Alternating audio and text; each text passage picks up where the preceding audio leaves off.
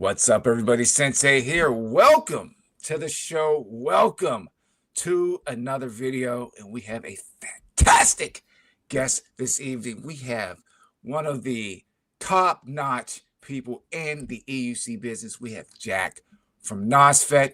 Thank you so much, Jack, for joining us, man. This is going to be awesome. Yeah. And we Thank you, have, Sensei. yes, sir. And we have Greenmaster Mike always down in the trenches holding it down. This is going to be a great show. And first of all, I want to thank Jack. Thank you so much for taking time out of your busy schedule and joining us. This is awesome. And I want to thank everyone who's joining us right now. You could be anywhere else, but you're here with us. We're going to rock and roll this show out. Uh-oh, we got another guest here. So before we get started, Mikey, how you feeling tonight? I'm feeling great. Hey, well, you're next, Albert. Nice.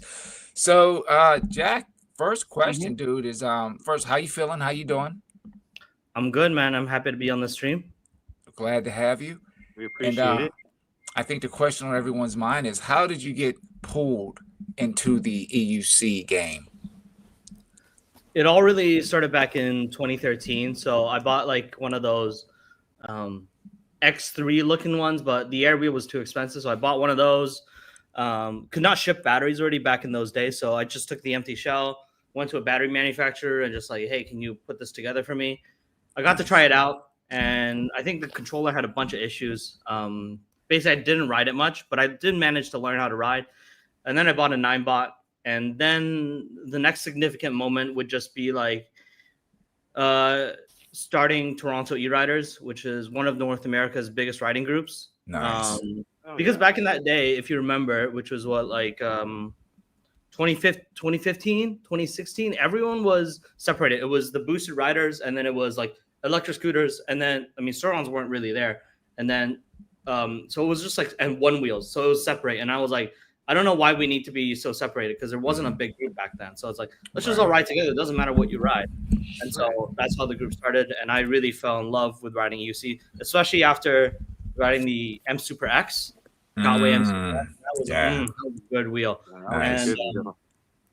And then basically during COVID, I was like, I want to come back to China. I always wanted to come back in China, but I didn't think it would be permanent. I think it would just be like, learn a few things about the industry and then maybe go back and to Canada and start a shop. But then I really enjoyed like being a part of the development of electric unicycles. So I stayed, worked for Kingsong. I was contracted to InMotion. I've done a lot of testing with either Voro motors for scooters or for like e-motos for like NIU, for 9-bot, stuff like that. So I've done various things. And then, more than a year ago, I had the opportunity of starting this company. And so that's what happened. Wow. And you said you started riding back in 2013, right? 2013 is yes. when you started? Jeez, Louisa, you've been in the game a long time.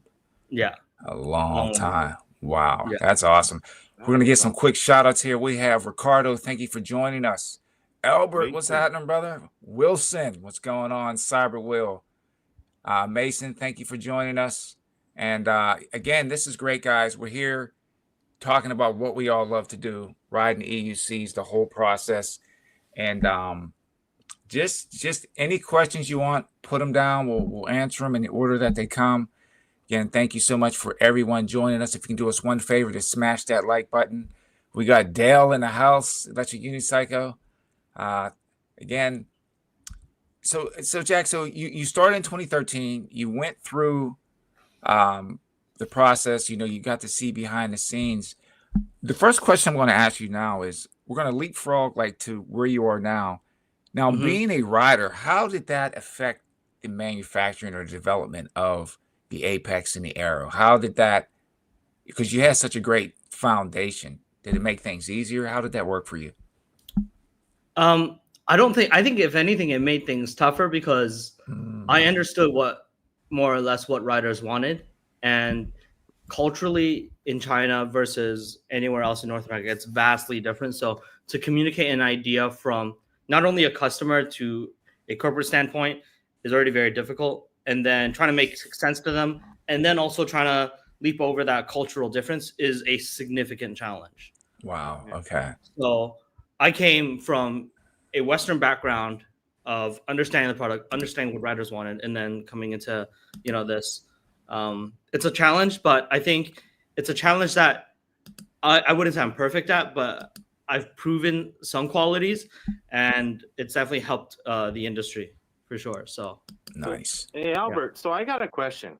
So when you started the doing the Apex and the Aero, what was your big push to do that, man? I mean, were you just like, man, I want a wheel for the riders, built by the riders, or was there somebody else involved that got you into that, or what made that switch from going to being a rider to, yeah, I want to make a wheel?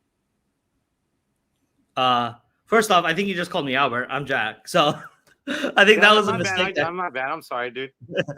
Did I call you Albert? How did I? Sorry. Yeah, it's all right. Thinking of Albert, man. You're looking at Albert's comments, and then you're thinking of me. Yeah, that's what it is. Yeah, exactly. Yeah. That's exactly what it is.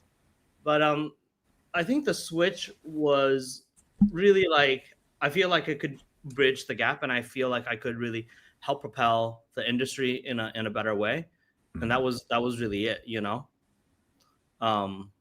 Yeah, setting new standards. But I mean, the company is not just by myself. Sen, who is my business partner, is a huge part of this, especially in R&D. So it's both of us together. He has a very unique mindset in the way he designs a product. It's very, very untraditional, and untraditional means that there's also significant challenges for people that think really outside the box. Right. So like the suspension, right? The adjustable suspension. Yeah. That's awesome.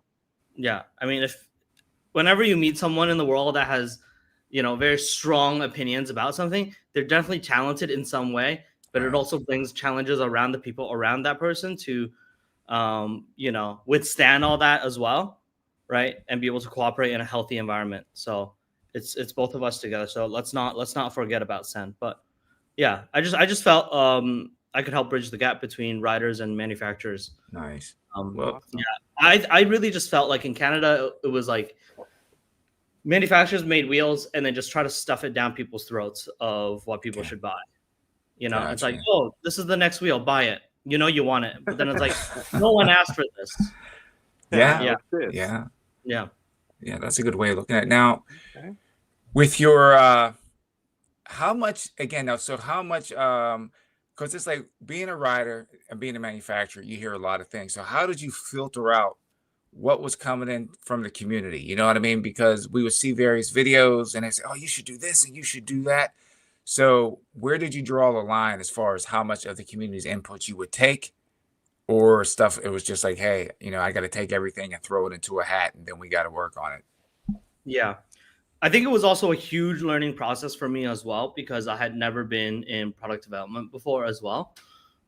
Besides like doing really small stuff in like university and high school.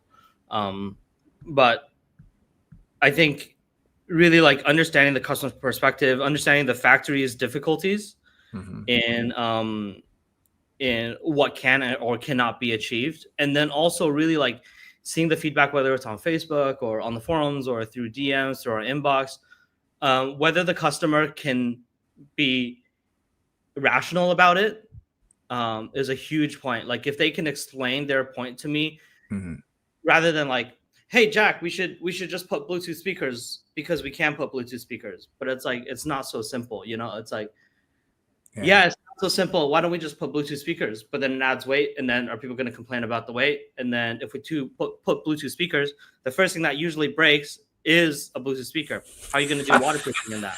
Like waterproofing a Bluetooth speaker comes with its difficulties when you're trying to put it into a really small package. And then people will complain about the quality of the audio if you do, if you don't house it properly, right? So it's not so simple. So think about it very holistic. But if the customer is able to kind of explain it a little bit and they kind of dive deep instead of just like, hey, Jack, you should put a speaker in, then I really don't ignore it. Yeah. No, that makes sense. That makes sense. I think we lost. Oh, there he is. Yeah, I thought he froze. Okay, you're back. Hold on one second. Guys. No, it is all good. We're going to have a few more shout outs here. We got Bones in the house. What's happening, Bones? Thanks for joining us. Ruben White, E. Simon, Zen Lee is here. Ruben White. Yes, a legend. Zen's in the Yes, house. sir. Stan. Oh, we got a nice crowd. Anakin. Again, thank you so much, guys, for joining us. We got Jack here from NOSFET. Get your questions boiling up. And so, Mikey, how are you? What else do you have to ask? Because I know you have a nice list here. What? As far as question-wise, okay. Ask, but I know you have. I'm sorry, we're getting feedback. Let me go back in. Again. Yeah, I think we're getting a little bit of feedback. I'm going to fix that. Give me 1 second, everybody. I'm going to take this off auto. Yeah, I'm back. Okay, I'm going to turn mine down. 1 in the chat if our mics are okay. 2 if it's not. Let us know which sound in here. Yeah. I don't know. I stay in Mexico, man, and they always work on these things, and it's screwy all the time, dude. It just there's no warning like in the US, like, hey, we're gonna work on your system. All of a sudden they just boop, you have no internet. Right. So Jackie had mentioned something I find, because I was just talking about this as well. You said as far as adding Bluetooth speakers and adding weight. How important is it to you managing the weight on EUCs? Yeah. I think it's a huge part. I think it's a huge part as to why the Arrow is successful, right? When we think about the launch of the Arrow, the closest competitor was the Rocket.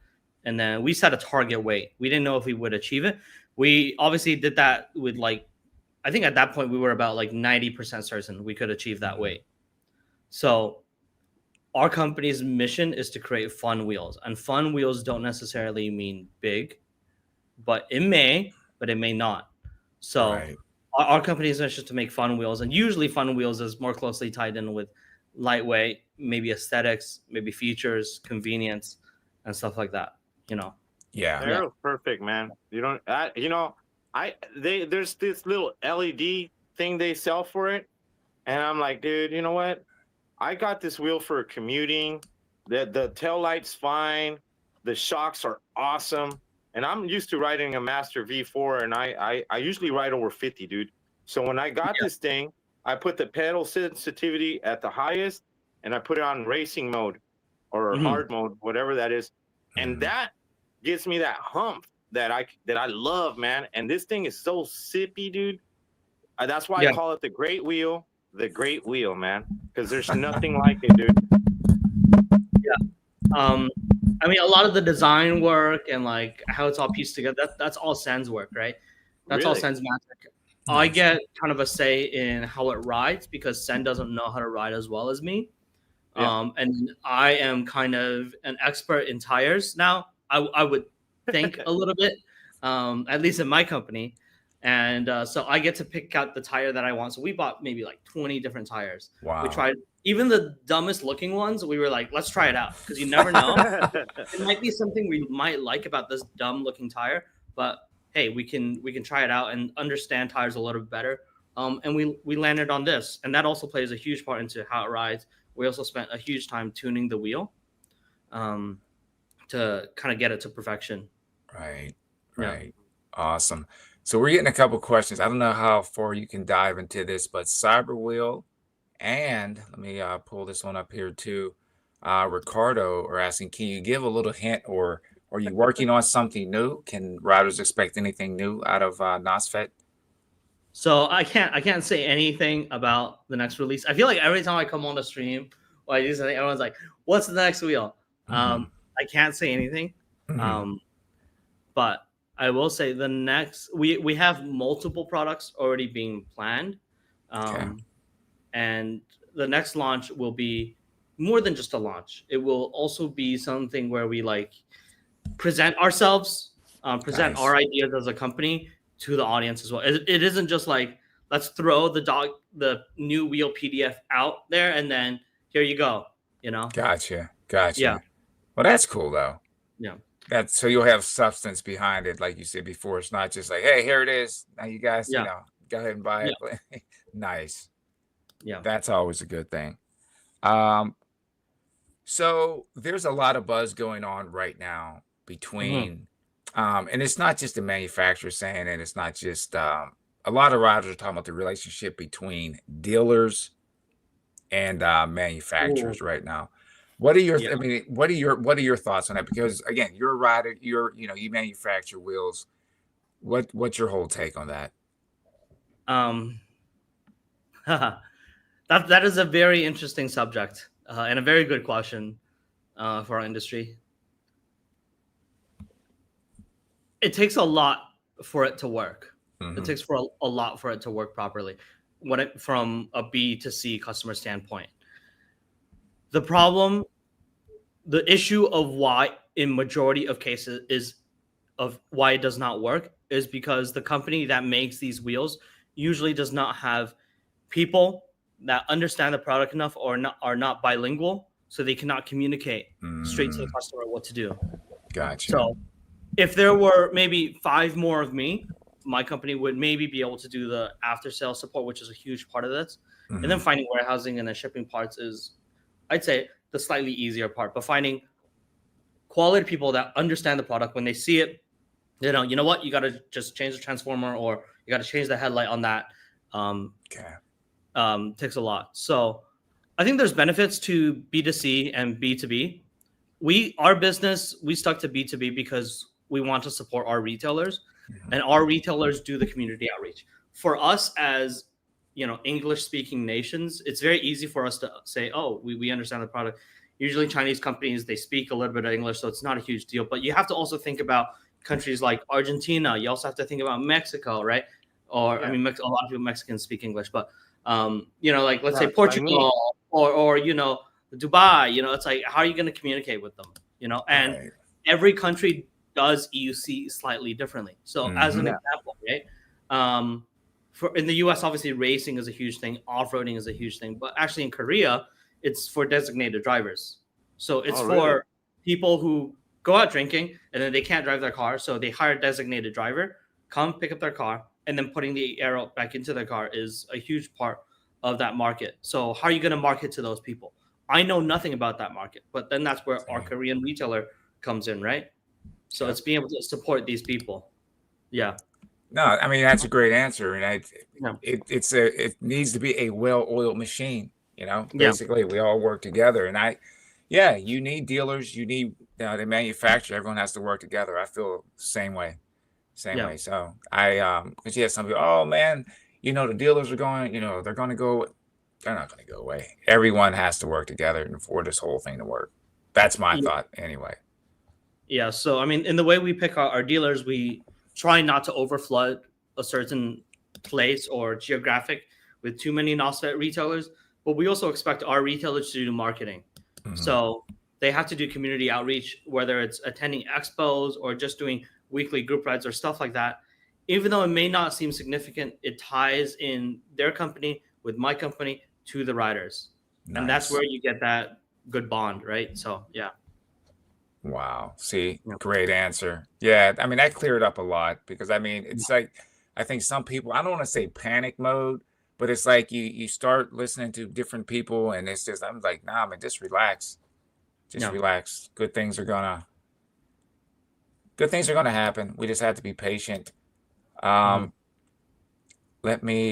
saw a question here. Okay. Oh, here's something I wanted to ask you too, because again, you manufacture.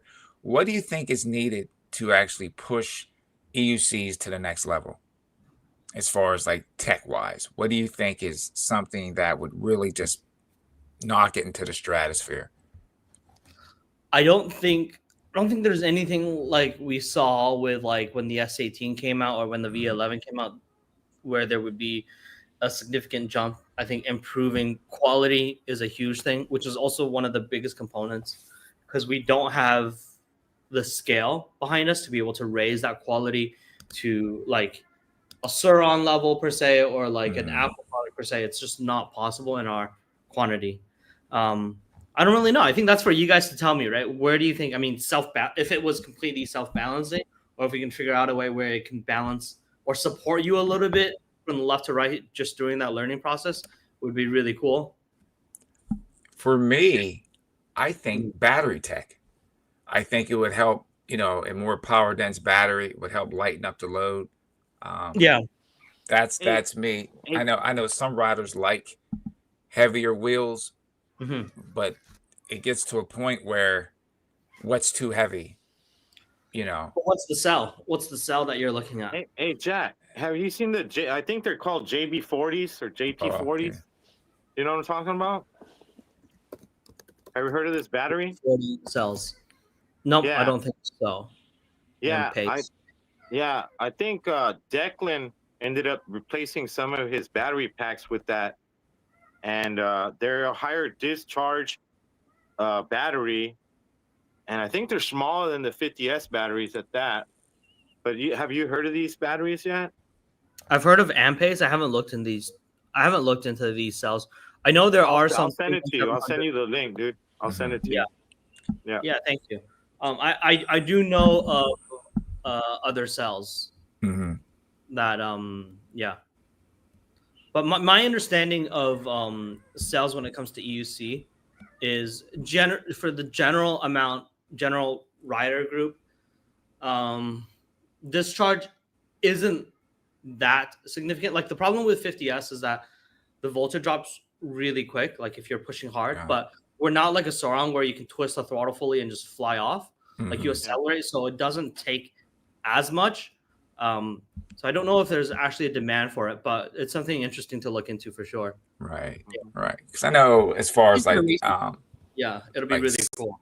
solid, people are talking about solid state batteries, graphite, and all these different types of formulations for batteries, salt batteries. So I was just thinking, what would be the next um, power dense battery that would lighten the load? Because I mean, I rode the Well, Oryx over the weekend, and it was great. It felt great. Suspension was awesome. But then No, battery again, is a huge hurdle. Battery is a huge hurdle. yeah. But Yeah. dry weight's what, 127 on the Oryx. that's So if you're crazy. looking for something and once you put the Heavy. seat and pads on, so it's not something that is really portable. You're not going to take it on a bus. You're not going to take it on a train and stuff like that. So I was always thinking No, you batteries. are the bus. If you ride the Oryx, you are the bus. You are, Exactly. you are, right? Yeah. It reminds me of the old school Cadillacs. Yeah. We're Yeah. riding a big boat. That is funny. Yeah. Let's see. And I got a question, Jack. So you know how, and I think I mentioned it earlier, man. Would you ever consider making a white arrow, like a limited edition, Making all a white white with black writing, or maybe gold writing, some kind of limited edition? Because it's a beautiful wheel, man. It's friggin' awesome, man. Well, I don't know if I think the arrow would look cool in white, but I don't know if it'll actually look good. I don't know if that makes sense. It'd be kind of odd, just given the shape of it and all the different cuts in it. But Okay. maybe that's an interesting idea. It's hard to do though. It's hard to do because a white will show imperfections a lot more. Oh, I didn't think okay. about that. So then the amount of material that gets thrown away. So let's say a manufacturer makes, let's say for example, 100 arrows in black. Maybe we can use 80-90% of it.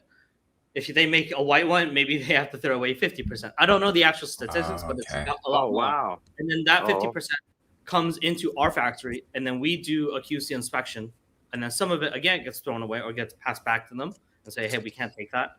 And so then it brings the cost up because they know, okay, for us to produce at that quality that they're asking for, Right. Yeah. Okay. Well, we got E. Simon saying here, I think the arrow is successful. It's a damn good, beautiful design. Yeah, I agree with that. Wheel. Yeah, looks really, really good. I like the weight. I love the weight, man, because I went from commuting with the Master V4, which weighs, with all the Clark stuff, it weighs like 80-something pounds. And I'm chugging that thing in and out of the car every day. And now I grab the arrows like, zip. There you go. Yeah. It fits anywhere, super light. I rode it in the rain the other day. It was full force raining. No problems. I haven't had no problems since then. Yeah. And I don't even care about the speakers or the lights. Like I'm telling you, I'm more about performance. Okay. But Well, I you love really the arrow. feel it when you really feel it when you have to do an Oryx review or a quick look video, and then you're like, I was just riding the arrow, and now I have to get on this like massive wheel. Oh yeah, dude. Yeah. Well, my Master V4, I've blown 2 motherboards, right? And this last one I blew out, Jason didn't have any in, so I had to wait for him to get the motherboards in. And then by the time I went to get him, he sold out again, and I'm like, oh man. So it took me a month and a half, a month and a week, something like that. And I love the arrow, but when I went to grab the Master, dude, I'm like, ugh. I'm like, what happened, man? Because the It arrow feels is heavy. different. You Yeah. know, like heavier. It's and it was just like a zip. It's super zippy, dude. I love the arrow because of the zippiness. It's just like so zippy, dude. Yeah. Yeah, the weight makes a huge difference. Zen Lee saying, I think it's safe to say the Arrow was the best-selling EUC of 2025, maybe the wheel of the year. Yeah, I would agree with that. For sure. Yeah, There's that thing came out. I think it Fernando. caught a lot of people off guard, which is a good thing. Yeah. It did. I remember when people were like, how is that possible? When we like gave out the renders of the wheel, a lot of people were like, no, that's not possible. There's no way they can make a wheel like that. See, Yeah. look at I that. remember that. Yeah. Well, you know, they had a lot of issues where they were talking, or I mean, a lot of people were talking about like, hey, should we get the rocket or the arrow? And I fought for you, Jack, because honestly, like that damn rocket is just a mini, basically just redesigned. That's how I see it, and it's almost the same damn price. You know, it's only a few $100s less. So I'm like, okay, that's not really a big change, you know. And when I got the arrow, man, and I'm like, wow, it's beautiful. It's like beautiful. Like I got a DS200 shock suspension on the Master, which is considerably one of the best for it. And the arrow suspension to me feels better than that DS200 suspension. Like Wow. big time, dude. It's just Wow. so smooth. Yeah. Nice. What's happening, Primo? Primo, Yeah, I know. I got it from them. Don't say nothing, Primo. Damn it. Green Mastermind's camera microphone brought to by Stream. Are Primo and Zen Lee gonna fight in the chat? I don't know, dude. Yeah. They're gonna. Let's we get got a them call. to be peaceful. We got a call. I'm like here working, and today I'm watching Primo's video trashing on Zen Lee. Tomorrow it's like Zen Lee trashing on Primo. Yeah. You know? You guys just need to give each other a big hug. That is, you guys are too funny. Primo, welcome to the stream. George, welcome. Oh my goodness, you guys are hilarious. Will Good Time is here. Rob, what's happening, brother? Rico, I don't know if I gave you a shout out. Ricardo. Oh, he's talking. You can't tell us, Jack. We keep a secret. That is funny. Yeah, right. Nah, no one knows. Like, there's not a retailer that knows. That's good. That's really good to keep it under. It's good to keep it under wraps.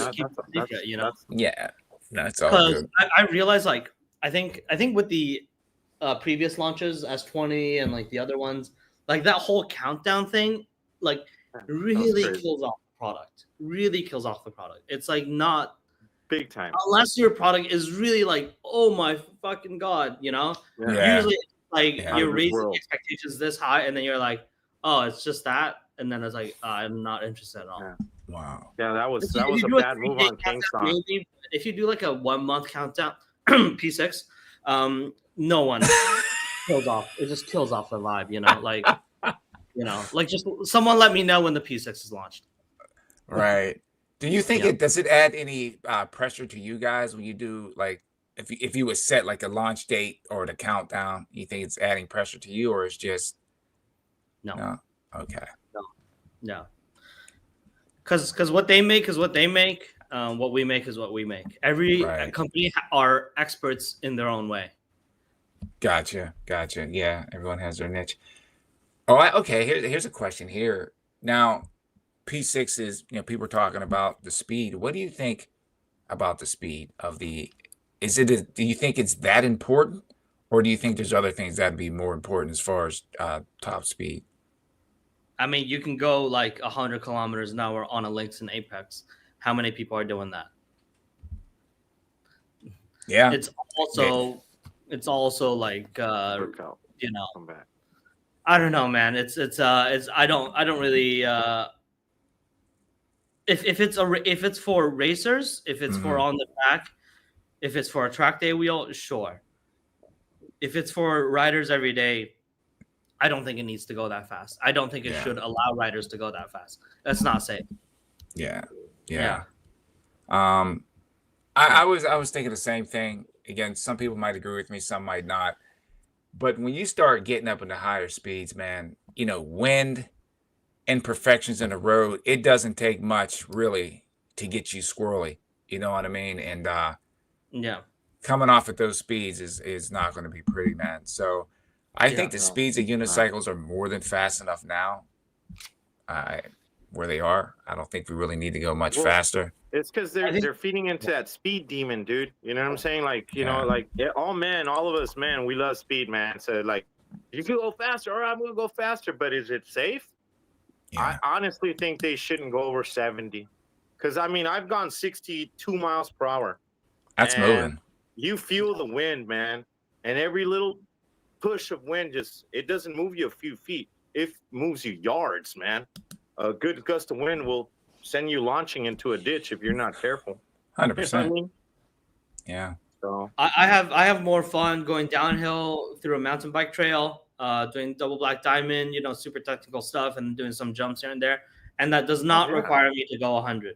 The only reason, I mean, I know there are people out there racing with the Apex, and for people like that, we do support them in unique ways where, we can tell them about our racing program. But for the general public, it's like just the stock wheel is plenty good enough. Like, I've never jumped on the Apex and been like, oh, I wish I could go faster. Yeah. Yeah. And also, like, with the launch of the Aero, it's really proven like what customers really want, right? Like, most of the audience does not need a wheel that goes that fast. Yeah. Well, this little Aero right here, honestly, this is perfect for a new rider, somebody that needs to go commuting, light off-roading, and if you don't like riding fast, like I want to just say, like a guy like Marty or Duff, like guys that just want to cruise, this is a perfect wheel, man. I wouldn't race with it because it's just crazy, but like, I don't think you could make this better, man, and keep that, and keep that the way it looks and all that. I think it's perfect, dude. You guys did an awesome job, Jack. Oh, yeah. Well, there was a guy at the Real Life Rally. He did well with it. He raced the Aero, and he did well. It depends on the track. I mean, if you're a wide open track where it's all speed, but if you're on a technical track, and especially with the terrain of the Real Life Rally, it was a little bit slick, the sand and different spots. He did well with the Aero. Yeah. Perfect. Well, Mason that's in the comments, he's got that 3.5 tire on it, which I could have gotten it, but you know what? I got the hybrid tire, and I'm a big tire guy too, Jack. I think I changed on the old school V12 6 different tires on it, dude, just to see what the hell, And to me, you guys also picked that hybrid tire. Works great off-roading and on street, dude. Like, it works great, and in the rain too. I tested it. Yeah. It's a good time. Yeah. Actually, that not many people know this, but that tire, when we bring in a batch, we have to throw away so many because of the imperfections in it. So even though it's made by a bigger company, it's still not perfect. And if you install this tire onto a bike, something that's 2 wheels, it'd be okay. But because it's on an EUC, you feel the imperfections a lot more. Yeah. I never knew that. It's a lot of work actually installing this tire. Yeah. That's something else. Willie Brady, what's happening, brother? Welcome to the stream. Wheelie Brady. Yeah. Who else we got? We got a question. Oh, we got another one here. What's up? Got my Aero yesterday and took it out today. Talking about a lot of fun. Yeah, dude. Yeah. Yeah, the Aero was awesome, dude. Let's try to I mean, if it went maybe, I want to say 38 top speed, I think you probably would get a little bit more, but I don't think it's a wheel you want to go too fast with either. You know, it's a small wheel. It's just, it's small wheel. I think you want to go fast, go up to a 20-inch plus. You know what I mean? Mm. Well, I've done 38 on an arrow, so. Yeah, you hit 30. Nice. Yeah. Well, 37.5 technically. I hit 60 kilometers an hour on an arrow. You're staying on this arrow? Was it a special arrow or was it stock arrow? Like wheel? Huh? Yeah. Really? Full charge. It was fully charged. You had it all charged up. Yeah, it's fully charged. Okay. Yeah. Nice. Yeah. Okay. Yeah, because you know what? I'm gonna be honest with you, dude. I set my speed alarm at 31, and I don't want to go faster than that. I think it's gonna last a lot longer because I use it for commuting every single day. So I'm like, I don't want to dog it. I want to treat it sweet and and maybe it'll last a lot longer. Because with the Master, I went crazy on it, dude. Like I've had a cutout at 61.5 and totaled the whole top end, motherboard, the whole damn thing. You remember, right, Sense? Yeah, dude. And it's like, I'm respecting my wheels now, and this is one that I truly respect. So what do you can we go back to a question you raised previously? What do you prefer? What do you guys prefer as a customer? To be able to buy from a retailer, or like taking away like your content creator status? Do you guys prefer to buy from a business or from a retailer? Depending on the retailer, dude. Like if I was buying from eWheels, all day eWheels. Good. I'm gonna tell you, and I'm not saying nothing about your company or any other company because I don't want no one pissed off. But like your guys' time is totally different. Your guy, like you just said, if there was 5 of me, then it would be a lot easier, right? I know I've hit up Peter Begode, and it's so hard sometimes, the communication, and the time difference and all that. And when I call Jason from eWheels, I'm like, hey Jay, I need a part. Got you, Mikey. Boom, got it in 2 days. Hey dude, I don't know what's going on with this motherboard. Hey dude, check this out. Get a multimeter. We're gonna send you the link. Grab it. We're gonna send you a video on how to do it. And like, I'm like, whoa, really? I'm not paying for none of that.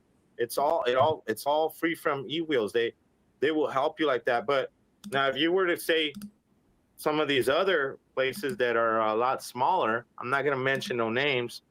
They might not get back to you in 2 or 3 days, man. So it's like, and then if you go to the retailer, the distributor, like I said, you got the language barrier, you got the time difference, and the laws are different in your country than in the U.S. So if I buy something in the U.S. and you give me something, it's going to be a lot easier for me to take you to court and be like, you know what, pay for this shit. Now, if I have something done with China and it goes bad, am I protected as much? I'm just saying, if you're in Mexico, you might not be protected. You know what I mean? They might be like, hey, sorry. Yeah. Sorry, senor. Yeah, I think when it comes down to it, you buy a unit, you buy your EUC, you definitely want to have that backup if you need parts. You know what I mean? Not everyone is wheel savvy or tech savvy where motherboard goes out or they got to do a tire change. They're going to be crap out of luck. One last thing before I forget. Why do you think car dealerships don't sell their vehicles direct to the public?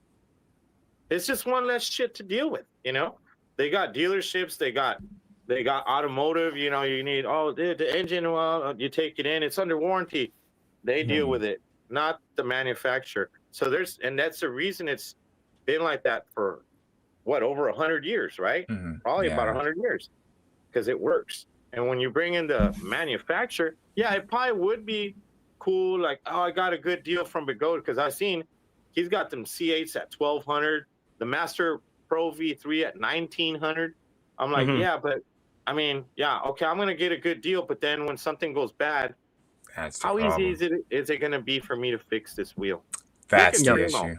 And he's dealing with next gen, and next gen's like, hey, we got this, but it's something with Extreme Bull. Yeah. That's all I'm saying. You could see it, you know. That's an issue. And lucky I live in the New Jersey, New York area. So, you know, if something goes wrong with the wheel, you know, I could take it to iRides. I can call Paul Stallone. You know, there's people up here that can fix it. But for someone living in other states, they don't have that. So if you can get on the phone, call eWheels, call Next Gen, you know, and it just reassure you that your wheel is going to be fixed goes a long way instead of getting a good deal on it. And then something breaks, USOL, man, you know, you're out of luck. You got to do it yourself. So, yeah. I mean, I think the unique thing about our industry is that we have a lot of people who are very hands-on. They know how to repair wheels, but if you switch to just a B2C model, there's still a lot of people that do not know how to work on their wheels. Yeah. So then your company becomes the subject to a lot of negative press. If a customer repairs the wheel wrong, you didn't instruct them correctly, who's at fault there? You know, right. So it's like, you know, and it's like the same thing with cars. Like, yeah, some people know how to repair their own cars, but most people don't want to repair their own cars. Yeah. Most people don't want to get their knuckles dirty. You know? Yeah, that's a fact. Yeah. So Ricardo has a question for you. Will you ever, will you step out of EUCs? The short answer is yes. We don't know exactly when, but Sen and I, you know, when we started NOSFET, we're like, yeah, we want to make wheels, but we don't want to be. If we see a good opportunity elsewhere, we will approach it. Yeah. Okay. All right. But it would still be in the micro mobility field, or it would. It would. Okay. Nice. Yeah. Good. I got a question for you too, Jack. I don't know if this is out of pocket, but I'm just gonna tell you. Have you ever thought of like sponsoring anybody, man? Like maybe some of these young kids that are coming out, you know, that like you got Ruben White's son, you know, you got like EUC girl, like to like push her product, like sponsor a youngster, you know, like a up and coming youngster. Isn't there that family from Florida as well? That was EUC family. Are they from Florida? The EUC family? He just moved to Cali though. He just Cali. Arrow with his dad, and he was going pretty ham. We also have Ikolka, which is in Czech Republic. His son also rides the Arrow really, really well. Nice. Yeah, I'm always down. I'm always down for sponsorship. With sponsorships for a kid, it really like depends on the dad, because the kid is just there to enjoy themselves. Well, we got Ruben White, dude. More of a business model in a way. Great rider. You know, Ruben White's son. He's an up and coming rider, and he's like doing real good, man. He can ride. He can ride. And Sen knows him, man. So it's like, that's why I brought him up, because I was like, dude, you know what? This would be a perfect time to throw it at Jack. You know what I mean? But yeah, I'm down. I'm down to support people, but like I said, with kids, it has to come down to their parents, because their parents have to manage their account. And you know, I also at the very least for me, it would be like, at least I want to get some content of young riders riding a wheel, and who's shooting that content. Exactly. It's the parents. Who's publishing that content? Their parents. So gotcha. Makes sense. I'll let Ruben know for sure. That's awesome news. I think he's on here actually. Okay, yeah, this is actually pretty good too. We can get a question out of this. Rico is saying our local dealer stopped supporting group rides years ago. I won't mention their name. How do you feel right now? Because you've been in since 2013. Jack, how do you feel about the group riding scene? Like the different stuff that you see? I mean, what's your take on it? I feel like you guys got to tell me, because, you know, there's not really a lot of group rides in China. So I don't, you know, I travel to the US and I join in on group rides. So I don't know if I'm justified to answer that question. I feel like it's not so active maybe this year. Okay. Also kind of towards the end of last year from what I see. There are still rides happening, but it's just a little bit more low key, I'd say. Yeah. Gotcha. Yeah. No. Now, as far as I know the laws are different in China. What do you think about the laws that are taking effect with just, you know, e-bikes and EUCs too, any of that stuff, e-skate? What are your thoughts on as far as laws? laws are good as long as they're not heavily enforced or enforced in a stupid way. Thank you. Yeah, and some of That makes sense. So laws are good because it provides a legal ground for what people who want to be on like the very good side of the law be like, okay, I have a legal device of an EUC, and then for the people that are like riding, let's say an Apex, which I would think is if they ever set a law, the Apex would kind of be not in that realm. Would be like, okay, well, just be low key with it, just be respectful with it. Most of the time, worldwide, all cops don't really care unless you live in like Germany or Netherlands. right. Or something. Yeah, Yeah. I would say that. Yeah. So I never had a problem in my area. As long as you're not doing something completely stupid, they're not gonna mess with you. because In everywhere Mexico, you they see, don't tell me nothing. yeah, because everywhere I ride on EUC the is freeway. sold. Yeah, everywhere EUC is sold, as far as I know, only in France is it completely legal. Really? Okay.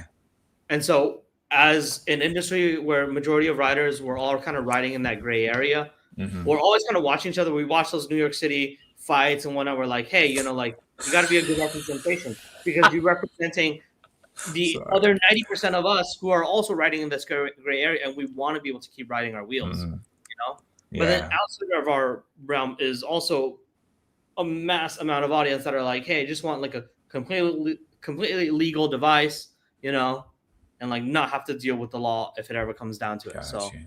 yeah, Got you. if we can ever tap into that market, that'd be good too. Yeah. Oh yeah, 100%. Cyberwill's asking, have you ever tried to race? Mm-mm. No. Okay. Unfortunately, I don't get to try my competitors' wheels anymore. I used to be able to try all the different wheels. Really? So what Oh. happened? Is it Well, because of I the started NOSFET? NOSFET. Yeah, I started NOSFET. So yeah. Oh, that's crazy. So they kind of level. Okay. All right. Yeah. So out of all the wheels that you've ridden, right, what was the wheel that basically gave you the most influence? Like that wheel really set, like, from all the past wheels that really inspired you to do what you're doing now. 9-bot E plus M Look at Super that. X. Oh, 9-bot E yeah. plus. I'm gonna say it That right was the now. one. I'm sorry, still have 9-bot. mine. I'm not the only one. Back in the day, we would say, "Hey, my E plus battery is not getting its range," and they would just send you another battery. To get another battery was huge back in that day because you could essentially go from about 10 to 12 kilometers to like double, so you get 30 Wow. kilometers, and it's quick swap, right? It's that LED ring, you pop out 2 screws and you put on a new battery pack. Yeah, Mhm. yeah. So yeah, M still Super X have made me mine, do a dude. lot of stupid shit. I did. I still did way have too much mine. stupid shit for that. Yeah, like That's awesome. No. Yeah, those And things I used mean, to cut out so easy. but it's good. I mean, think about it. You're still here, dude. You started in 2013 and you're still rocking and rolling, not just ripping on wheels. I mean, you're a great rider and you're manufacturing as well, dude. So that's freaking yeah. awesome.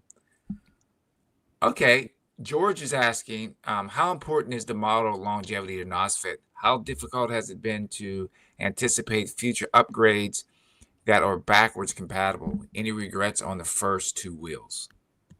Oh, that's a lot. I don't know exactly understand the first question. How important is the model longevity to NOSFET? Like how long the product can last for on the market? Are you talking about Apex or Aero? Maybe the styling of the wheel he might be asking. Like some companies, man, it's like every month they're putting out something new. Like bam, bam, bam. It's a tempo. It's a. I think the most important thing for us is it's a tempo because our market is so small. Mhm. Releasing like 5 products a year really like it. It not only kills your brand, but it also kills your own product. So Mhm. managing that tempo is very good. Is very very important for You the guys are customer. doing it right, Jack. You're doing it right, Jack. Yeah. You're not throwing out like 20 wheels like Begode does a year, and you're not doing like a year advertisement like King Song did on that F22. That was crazy, dude. What was it, a year? It was over a year, right? That they had announced that wheel, and then it comes out. The specs are like, whoa, this thing's gonna go 65 probably. and they're having trouble hitting 45. I'm like, oh my god. Yeah, dude. I think with any of that type of stuff, it's better to underestimate what you're going to do and then overproduce, if that makes any sense. You know what I mean? If you say your wheel's going to do something, have little surprises for the consumer. You know, make it do a little more than what you actually say it's going to do. Because if you're putting up numbers and it doesn't even come close, it just puts a sour taste in your mouth, and that wheel is pretty much done. Yeah. Yeah. Well, George's second question is, how difficult is it to anticipate future upgrades that are backwards compatible?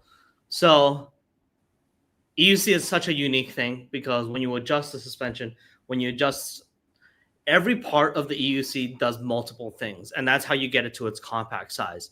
So to make it very backwards compatible, even the pedal or the kickstand or, you know, the light, it's all very difficult. Like, for example, the Apex and Arrow headlight, it looks the same, but it's not exactly the same. The only difference is that the Arrow's headlight cable is shorter than the Apex's. But it's out of the concern that when you compress the suspension on the Arrow, if you had have a cable that long, you could damage the cable. You could pinch it. So it's like, yeah, you could switch it, but they're not exactly the same. Gotcha. So as long as it doesn't ruin the design, the purpose, the selling points of the product, yeah, we'd be happy to design something that is backwards compatible or uses some of the same components. Yeah. Okay. Good answers. Thanks, George, for the question. That's on the first two wheels.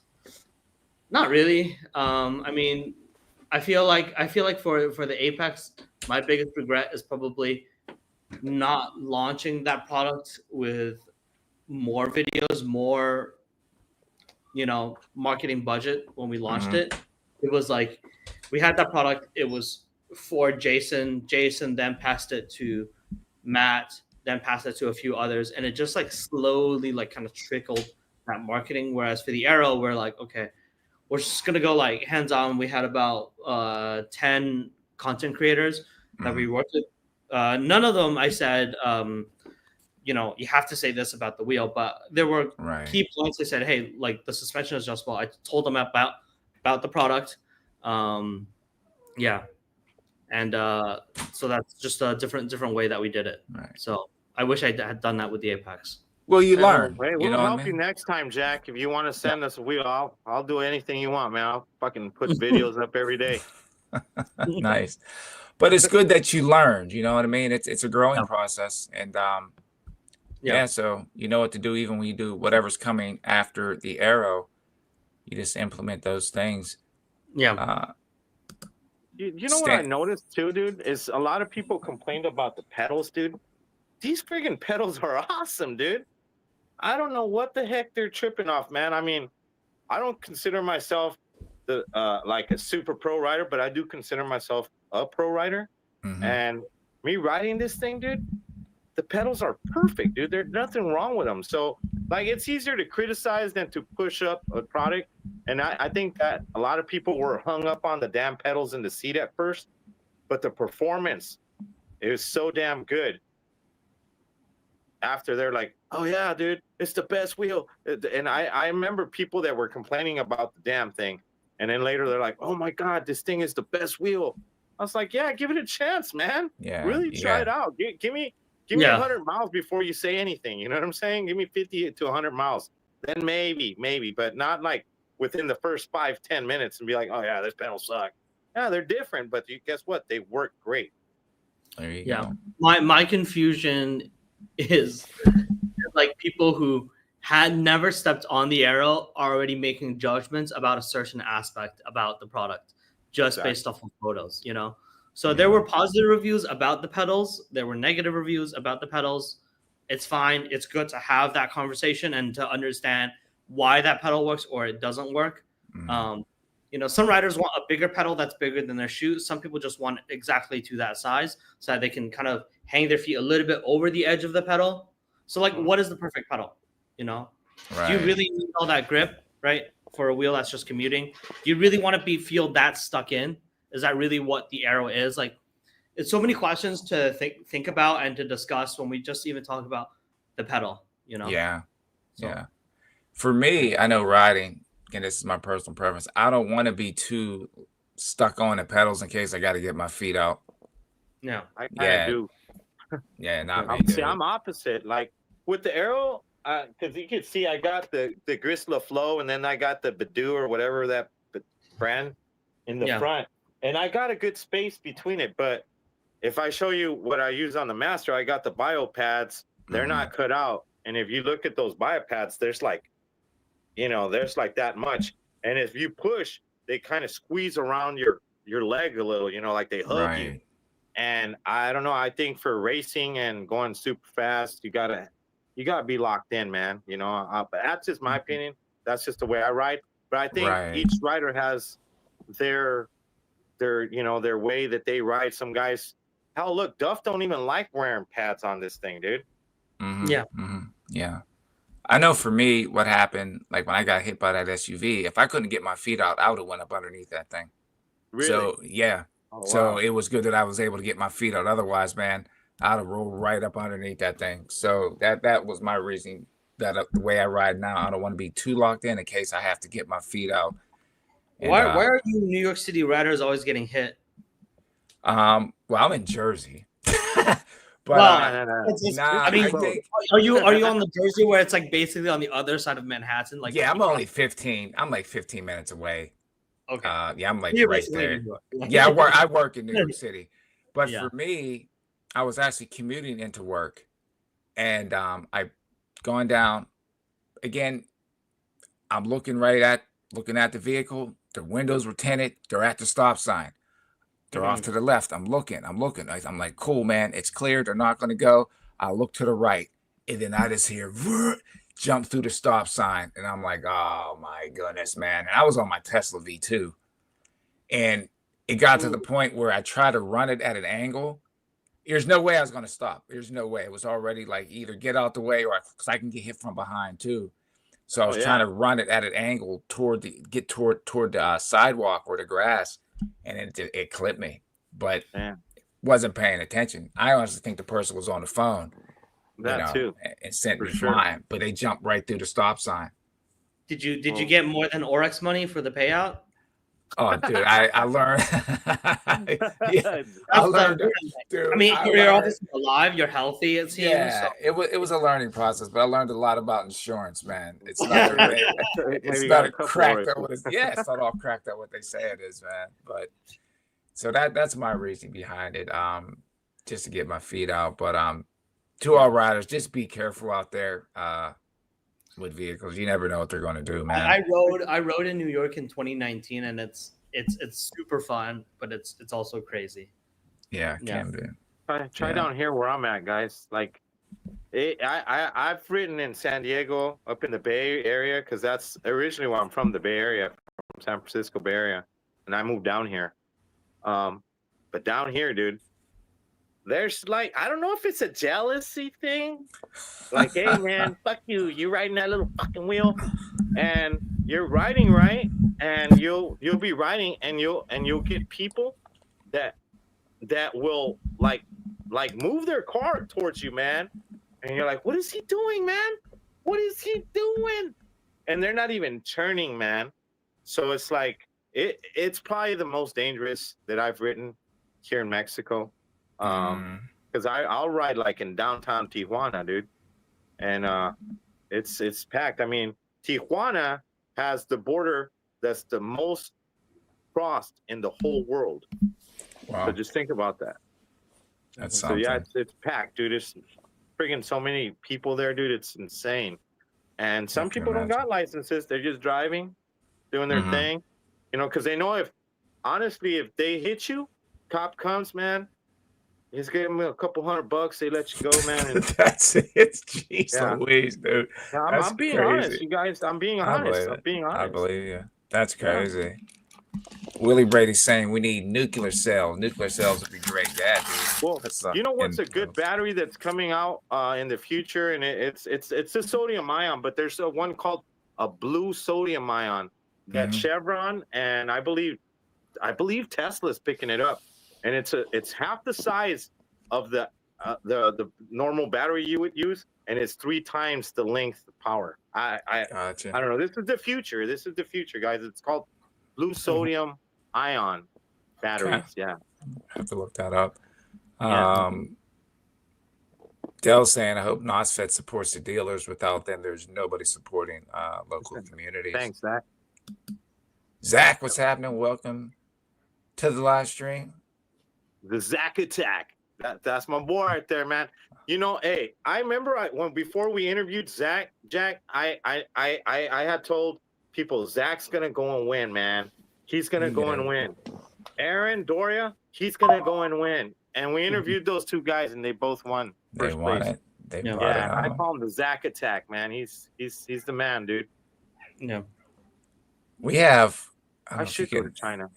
I don't know if you can answer this one, but Unicycle saying Begode equals sinking ship. He's asking, what are your thoughts on that? Ooh. Yeah. I don't want to put you on the spot, man. Nah, I think Begode's doing interesting things. I think that I don't think they're sinking ship, man. I'm gonna speak up for them because I do. I hope I think they'll be okay. Kingsong is. I think Kingsong might be. Yeah. In the EUC department, because I heard they sell bikes and shit like that too. I think, but yeah, Kingsong's. I don't know. King what? Yeah. Rico saying there's a correlation between weight, distance, and electric cars are insanely heavy. Yeah, absolutely. It's the batteries, but also software, right? Like if you ride a Begode with the same watt hours versus a Libracam versus a Kingsaw versus Motion, you're all gonna get like different ranges, even if you've done the same speed. You know, software is optimized differently. Yeah. Yep. Yeah. Dude, I've been saying that for years, man. The firmware, it boils down to the firmware, how they program the wheel, man. Hey, do you know a guy named Austin Marhold? Do you know Austin? Yeah, I've heard of him. Yeah. Yeah, he made a wheel back in the day. It's called a pulse glider. Do you remember that wheel? No?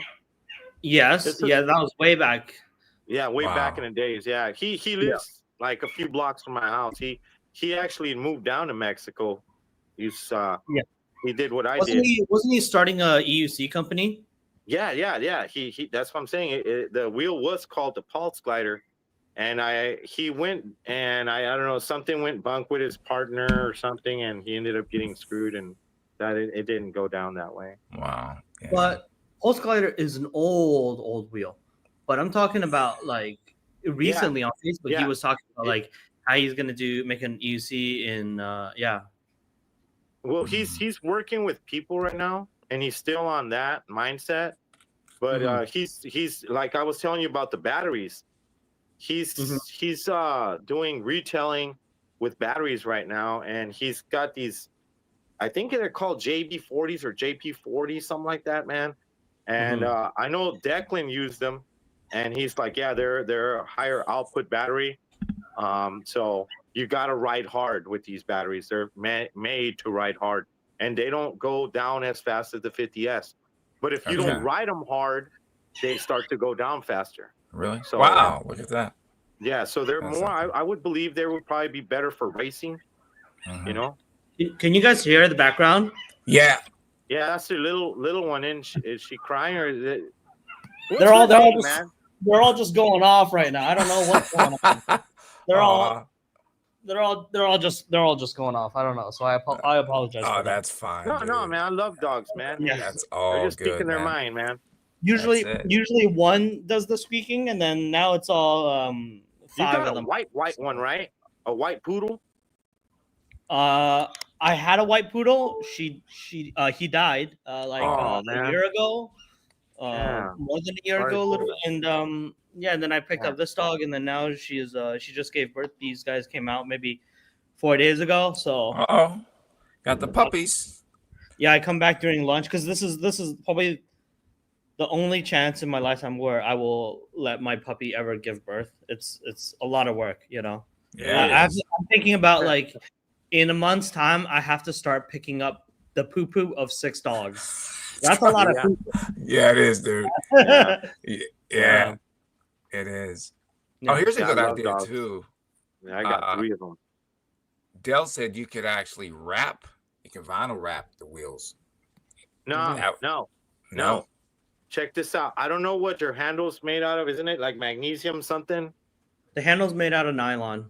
Yeah. Okay. I told you, well, dude. That's what it is. Okay. Yeah. You won. I told you. I know the body's magnesium something, right? Magnesium carbide or something. He didn't listen. Magnesium alloy. Yeah. Okay. So yeah, you won, Sensei. But hey, I try to wrap the handle, dude. That wrap will not stick to this shit, dude. Maybe I got to put adhesives to it. But I was gonna do it all green because the Green Master Mike, right? So I was gonna go full green with it, and I couldn't get it to stick, dude. I was fuck it. I'm just gonna leave it black. It's beautiful that way, any damn ways. Facts. Okay, here we got George. What's your prospects for alternative markets like military or global South nations, or the plans to contract Dark Factory when EUC sells to their mass market potential? What is Dark Factory? I have no idea. You're gonna have to elaborate on that. I'm not sure. Yeah, but and what are global South nations? It sounds like the question's asking me whether or not there's like other business opportunities besides just selling to riders like the typical market. I wish there were more retailers who were actively approaching different parties, whether it's like, let's say, for example, you live in a mass compound.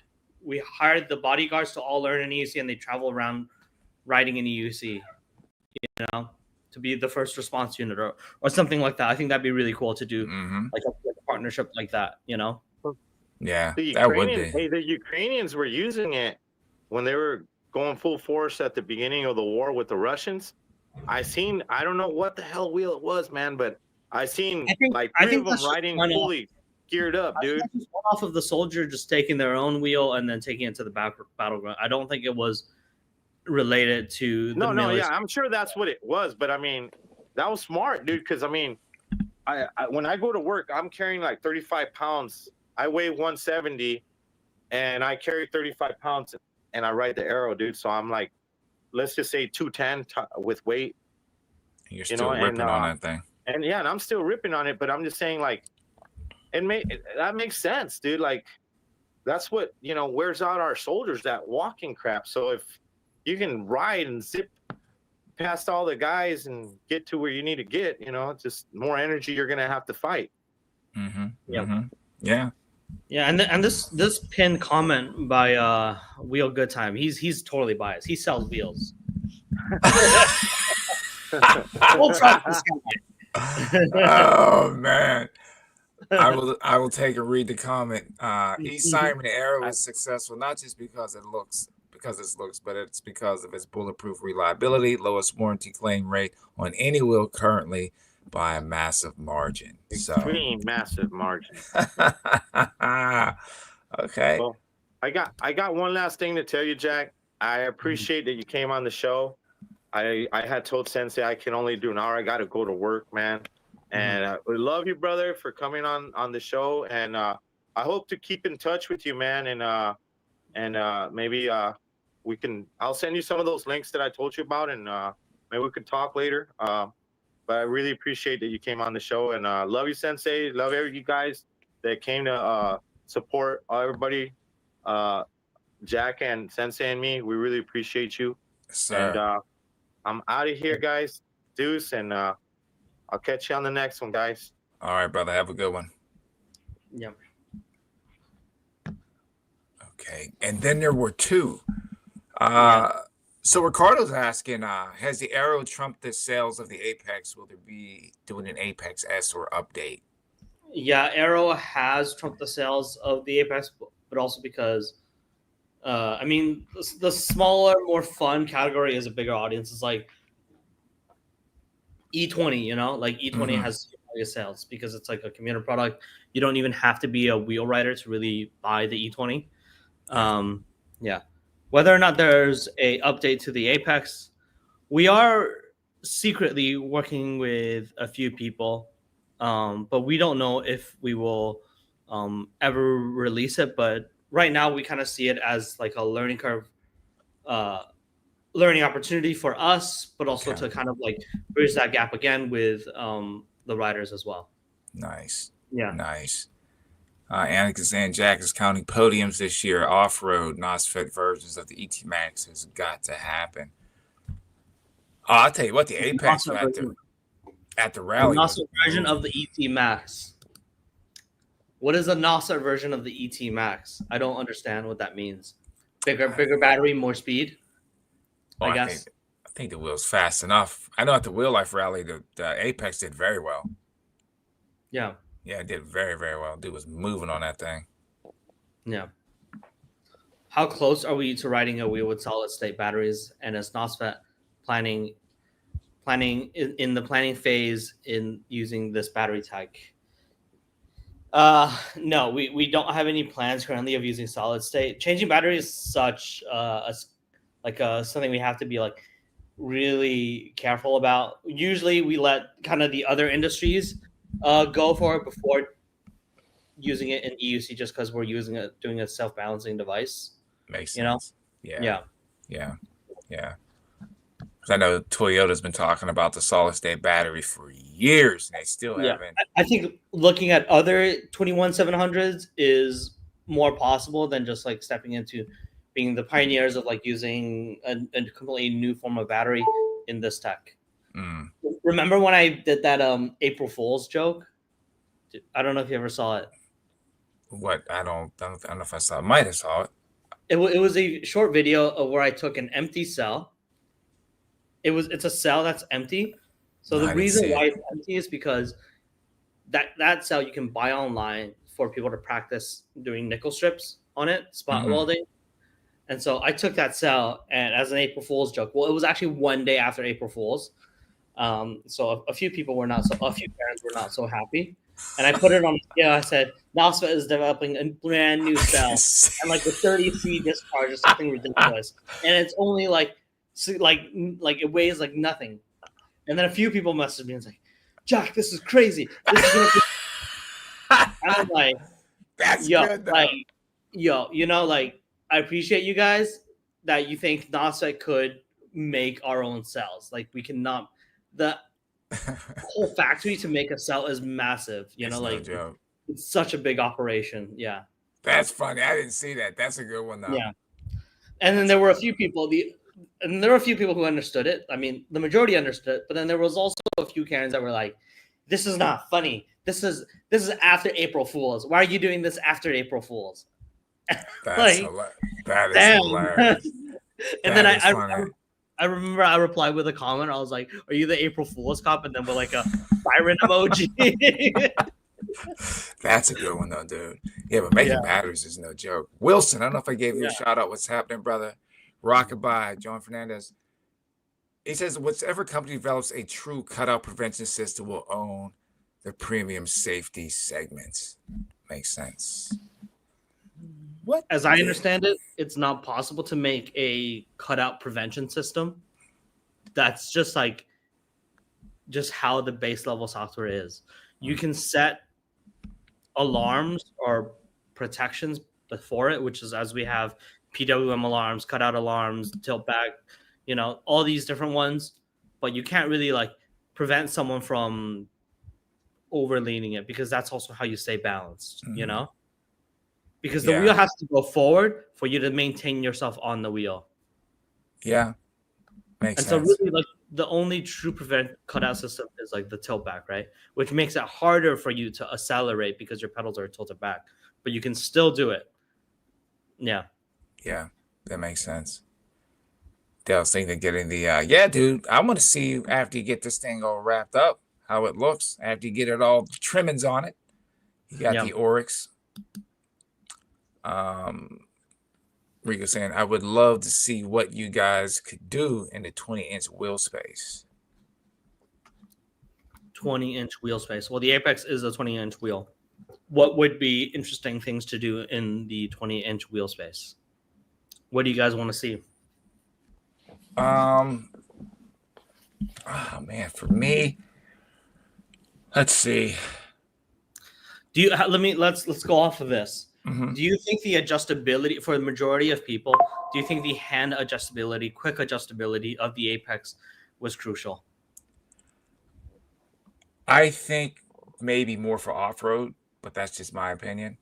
I Yeah. think if I was riding street, I would probably just set it once and I'm good. You know what I mean?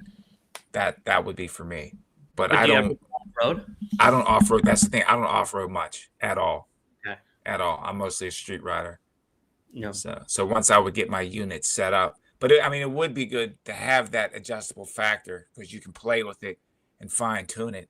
But I know once I get it dialed in, I would probably just leave it there. That's just me personally, though. No. But it's good to have it. No. It's good to have it. I think so. Is that 2 cells, 1 pack? Is that okay? That's the right Albert here. Jack's my gay lover at Zen Lee. Oh boy, Gooch, what's happening, dude? This guy's at the Emotion office, and he's okay. Hold on, do I need to? So yeah, What do we got here? Labor Albert and I have a interesting relationship. Very interesting one, because I used to work for EVs, and he used to be my boss. And then, oh, dude, I forgot about that. You did, right? Yeah, you did. I forgot all about that. Yeah, and then I left EVs. Then I went to work for E-Wheels for a little bit, and then I left E-Wheels. Then Albert went to work for E-Wheels, so he's just following behind me. Now I start like I worked at EUC companies. Now Albert's working at InMotion, and Albert's probably gonna start a company. Dude, I think it's coming. I think it's coming, man. Yeah, I think it's fucking. That is funny. Yeah, I forgot, dude. I forgot that you were the EVs. Yeah, dude. Wow. Yeah, you've definitely had your hands in the game for a while. Yeah. Ricardo's asking, why don't you make a bigger version of the Arrow design and add it to the collection? What would be interesting with a bigger version of an Arrow that would make people attracted to it? What are the key points? See, I think with that, what makes that Arrow so special and why it's selling like hotcakes, if you did make it bigger, it would take away from that. But again, that's just my opinion. I mean, you got the formula. I think it would just coexist, right? If that's it would have to. Yeah. It would have to. Yeah. I mean, it would just be, it'd be different. It'd be the same, but it'd be different. I think the Arrow is very unique because it's just like a unique design. I think a lot of people who buy the Arrow are not necessarily after just like raw power or like speed or like, not that the Arrow, in my opinion, really lacks in that department, but the styling of it, right? Like the S18, S18 still sells because of the styling. Yeah. No. It does. It does. But then the people that ride the S18 don't care that much about performance, and they don't even care about how you can put power pads on that thing because you can't put power pads on that thing. Right. Yeah. So. Still, even with the S18 to this day, it's still a great like commuter style wheel. It works. It works. What looks better, the S18 or the S20? Oh man. You just unboxed your new wheel. Are you imagining the S18 or the S20? I think I would go because when I first saw the S20, I was like, man, it reminded me of a sport bike. It reminded me of a sport bike. I would probably give the edge to the S20. The only thing I didn't like about the S20 was wide. Yeah. It was wide. That's the only thing. Yeah. But the S18 looked good too, though. Yeah. Yeah. In Chinese, we have a saying. It's called 成年人不做选择. It's like when you're a grown adult, you don't pick. You want both. Yeah, it would be. I'm getting both. Yeah. But the thing is with the S18, like when that thing dropped, it drove the community crazy. It was like, man, suspension. It looks, they went crazy. They went crazy. Yeah. Never forget that, man. Yep. Sen, that's how I met Sen. Going crazy. That's how I met Sen because I was hired by King Song a couple of days, maybe like less than a week before the S18 launch. So I got hired, and then they're like, "Oh, by the way, we have a new product we're launching. Can you help us launch it?" And I'm like, "I just got here. I have no idea what you're saying." Yeah. Yeah, dude. I still remember one of the best videos ever, demo videos ever, was the Alien Rides demo or first Mhm. impression, whatever you want, of the S18, dude. They rode the snot out of that freaking wheel, man. Probably one of the best videos ever. When I need a good laugh, I watch that video. Yeah. Oh, Should bring Zen and Primo fighting into the stream, and just sit back and relax. Just let them go at it.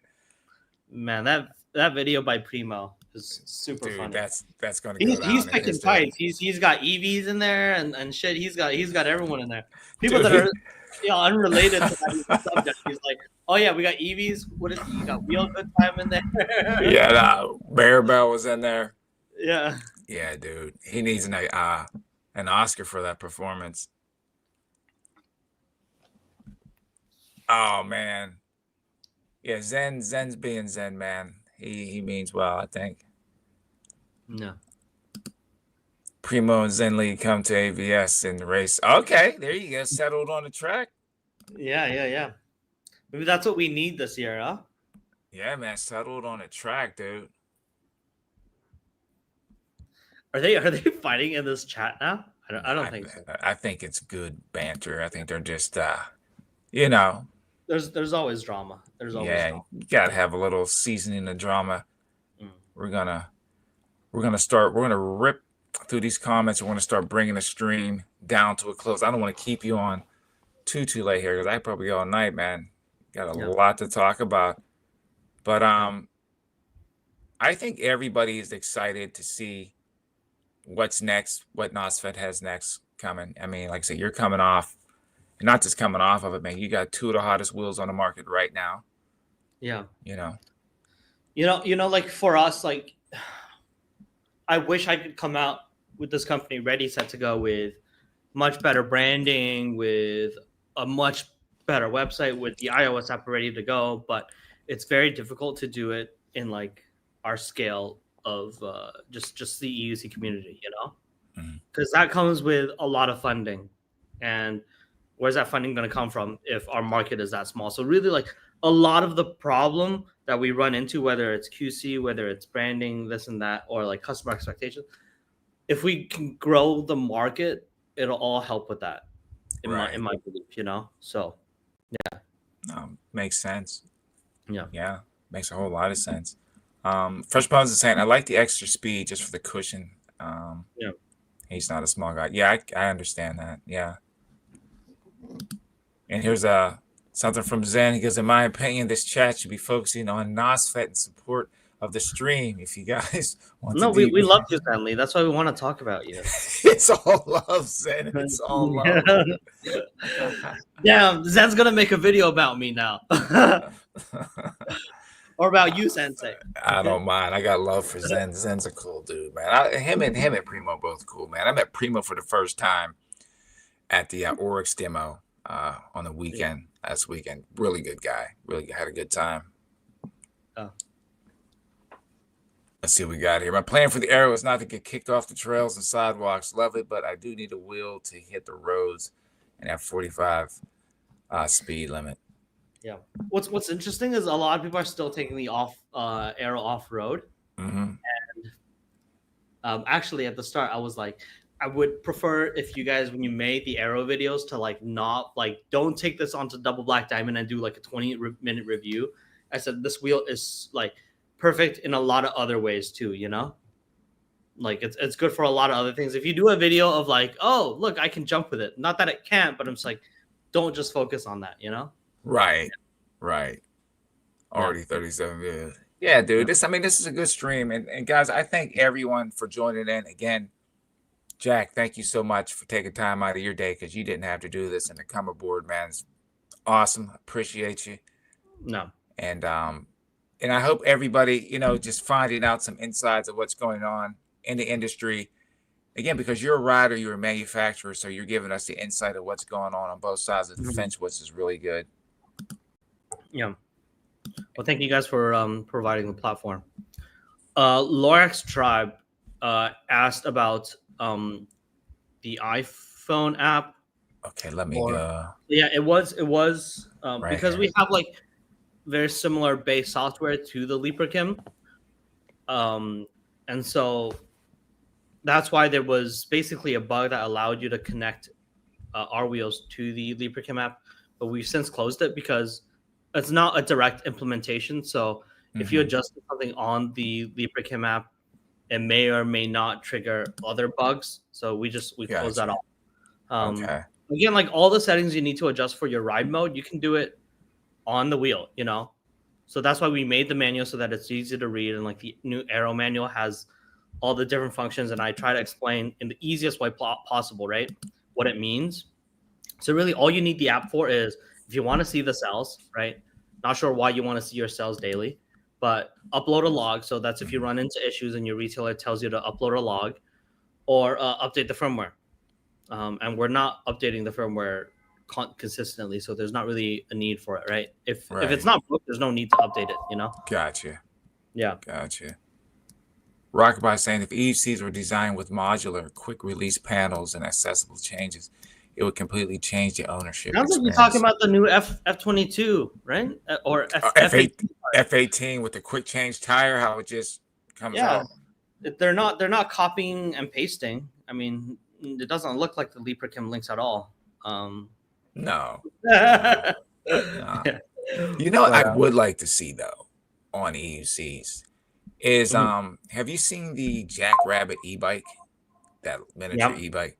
How they have like this removable batteries. It makes it's secure, but at the same time, if you want to add or subtract the battery, you can.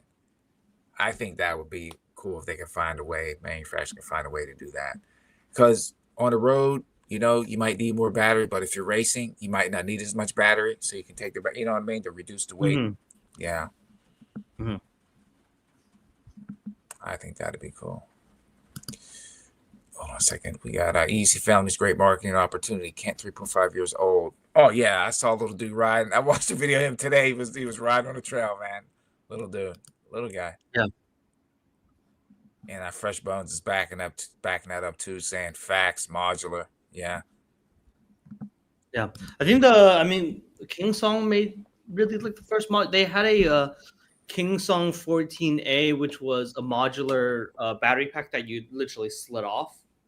But from what I understand about that really, really old model, what happened was like after all the vibrations and stuff, if there was any short time where the battery pack just didn't come in contact properly, you would fall. Oh, I didn't think about that.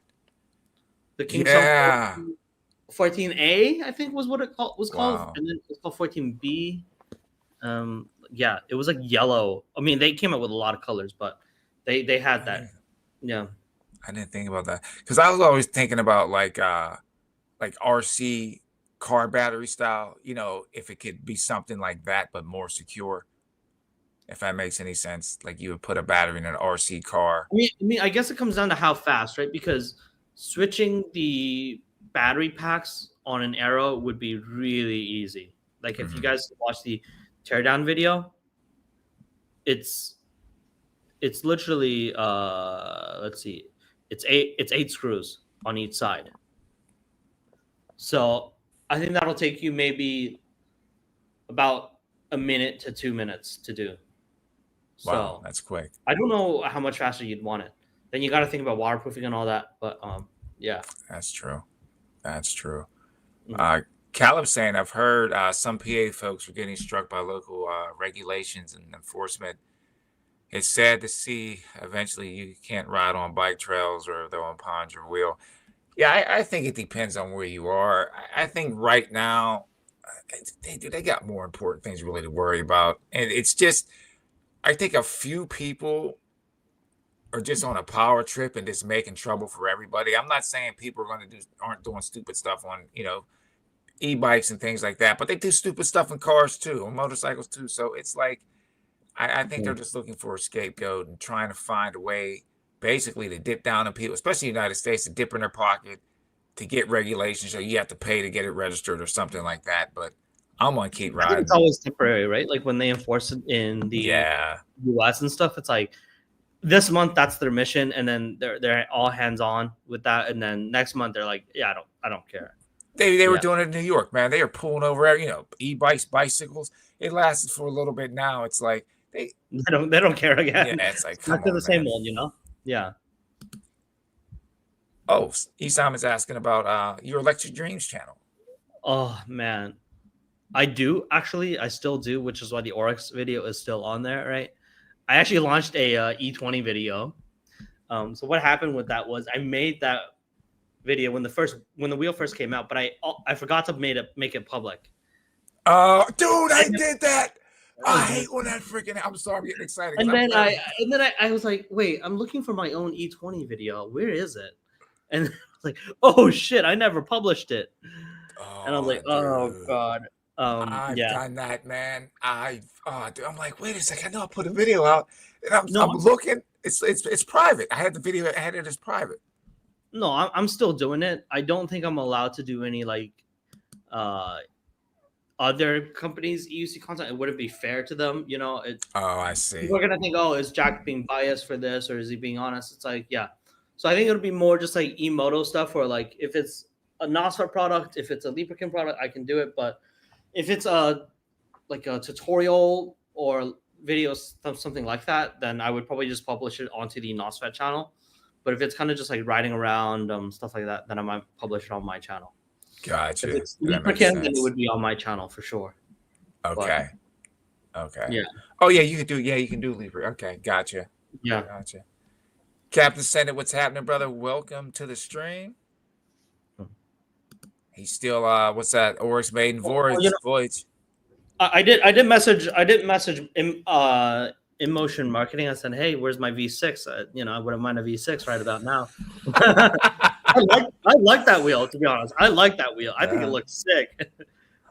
It does look good. Yeah, I don't really like the white E20, but like the black gray V6, I screw with that. Yeah. Oh, I thought you said the P6. You're talking about the V. I can't know what you're talking about. Gotcha. The black small wheel. Yeah. Yeah. The black egg looking wheel. Yeah. Dude, you know what? Oh man, I'm just gonna put my review video out on it. I do have one coming, and I think some people are gonna get me what I have to say, but I'll leave it for the video. Yeah.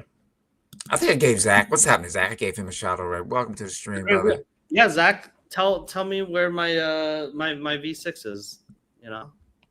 Please. He's waiting. 2 cells, 1 pack. Yeah, freaking Albert and Christine. You're at emotion shitting out King songs. Can you? Dude. Oh man, that was funny. Yeah, I think I might just have to buy my own V6. But yeah, you might have to dig down in the pocket. Got my toes locked in on my arrow for now. I'm trying to get better at jumps and hops. Yeah, I think just make sure your body posture is right when you're off the ground. I'm not an expert, but I think that's the first thing. Yeah. Especially with the arrow, the tire spins up quickly because it's such a small wheel. So you got to really get that body posture right. Yeah. Don't focus about when you get off the floor, don't focus on lifting the wheel. Just go with the wheel, That's what expert shibby time will tell you. Yeah. Oh, so if it goes up, you just let the wheel take you up. Yeah. Just go with the wheel, Mm-hmm. Yeah. Okay. Yeah. Facts, Zach. Jack is the man. Jack, I've been watching your stuff for a while. I'm sorry. Well, that's way back. I'm pretty sure. I think they're eating lunch. Yeah. Oh my gosh, oh my gosh, you guys are crazy. Yeah. Yeah, the Oryx it felt good. The Oryx felt good, but it was I think it was just a little bit for me. I wouldn't use all that range. I'm not going to use all the power. And it's just a little bit too heavy, but overall the wheel felt great though. Yeah. We're almost through here. Let me let her start going. Who's Mike? Which Mike? Mike should come to China Magical, but I don't know if he's talking about Mikey, Green Master Mike, maybe. Oh yeah. Mike should be time. Yeah. or Yeah. Shibby. I don't know if he's. I think he's talking about Shibi's time. Yeah, yeah. We had plans of sponsoring Tough One this year, but we weren't able to really kind of find really like a rider kind of ready for that spot, and it would be really weird for us to sponsor an event like Tough One without having anyone there that would race our wheel. Mm-hmm. This is like, yeah. But then again, for like EUC stuff, like we understand the importance of brand and we understand the importance of community outreach. So like, I think everyone knows, right? Like racing isn't a huge moneymaker. It's like even a smaller category of our entire EUC space. But it is an interesting one, and it is still one we should support. So that was the idea behind it, like as to why we would support Tough One. Yeah, gotcha. You get to see some cool content, right? So yeah. Look into the reach out to Cobra. I know there was that Apex. I forgot the Canadian. I don't want to mispronounce his name. Canadian rider was ripping. Hugh, something like that. Yeah. He was ripping on that Apex, man. No, we talked. Yeah, he was ripping on that thing. Yeah. And then there was another gentleman on the Arrow. He was doing well too. Yeah. If the F-18 looks okay, I would actually like to ride that wheel. The F-18. I wish them well though. I don't, they need a home run right now. Zenly is saying, if NOSFET opened up their own dealership and was selling arrows for $1,600 to $1,700, I think sales would double.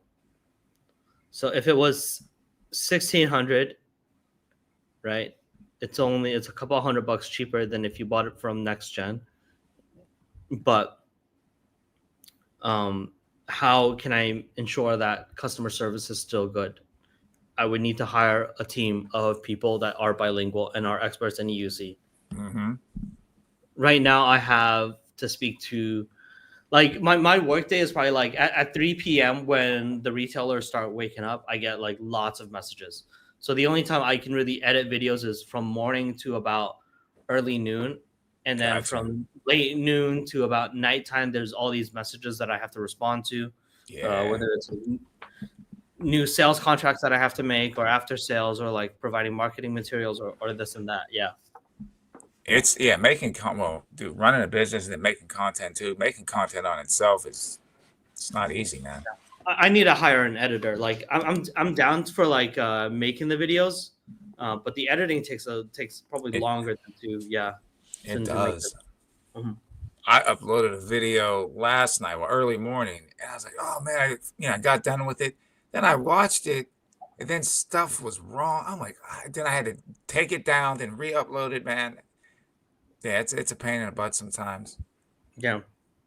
Anakin's asking, will NOSFET next release or break the 200 plus volt barrier? Will NOSFET's next release break the 200 plus volt barrier? I'm sorry. Our next wheel will not break the 200 volt plus barrier, but stay tuned. I think eventually we will break that barrier. Stay tuned. Yeah. Yeah, Gooch is talking about, man, hats off, Jack. NOSFET team. Darryl might be his next wheel. Everyone's like, oh, thanks, Jack, for making it. It's really not me. It's like the entire team, Mm-hmm. Right. Yeah. Like that's why I made a post on our Instagram about the people that make the wheels, because they're dedicated. They're on the line and they're turning the screws and they're making sure every screw is turned to spec, and we're testing the wheels. Right. It's important to give them a shout out. I'm just the face of it, I'm lucky to be able to speak English and communicate with riders. But gotcha. Gotcha. Yeah. It's like making a movie. It takes a whole team to put the movie together. Yeah, I get it. Ricardo saying long range wheel, 20-inch from you, Jack. More volts also. So you're thinking about a Sherman out at the Oryx voltage. Yeah, was it 176? I think it was 176. Like I said, I think our company is more focused on fun wheels. Usually that doesn't tie in with a massive amount of weight. Not that going far isn't that fun, but yeah. Yeah, I don't need all that. If we made that, then, how can we do it different from the other competitors who are making already a long range wheel, right? Yeah. Yeah, dude. It's, I don't know. I think with like any motorsport out there, whether auto racing, cycle, whatever it is, from F1 to NASCAR, weight is always an issue. They're always looking to try to drop the weight, and it's one thing when you start out with a pair of fresh legs when you're riding a heavy wheel, but when you start getting tired, you start riding sloppy, and when you start riding sloppy, that's when bad things can happen, man. Yeah. You know, it's not good. Hmm. We got more people talking about more range.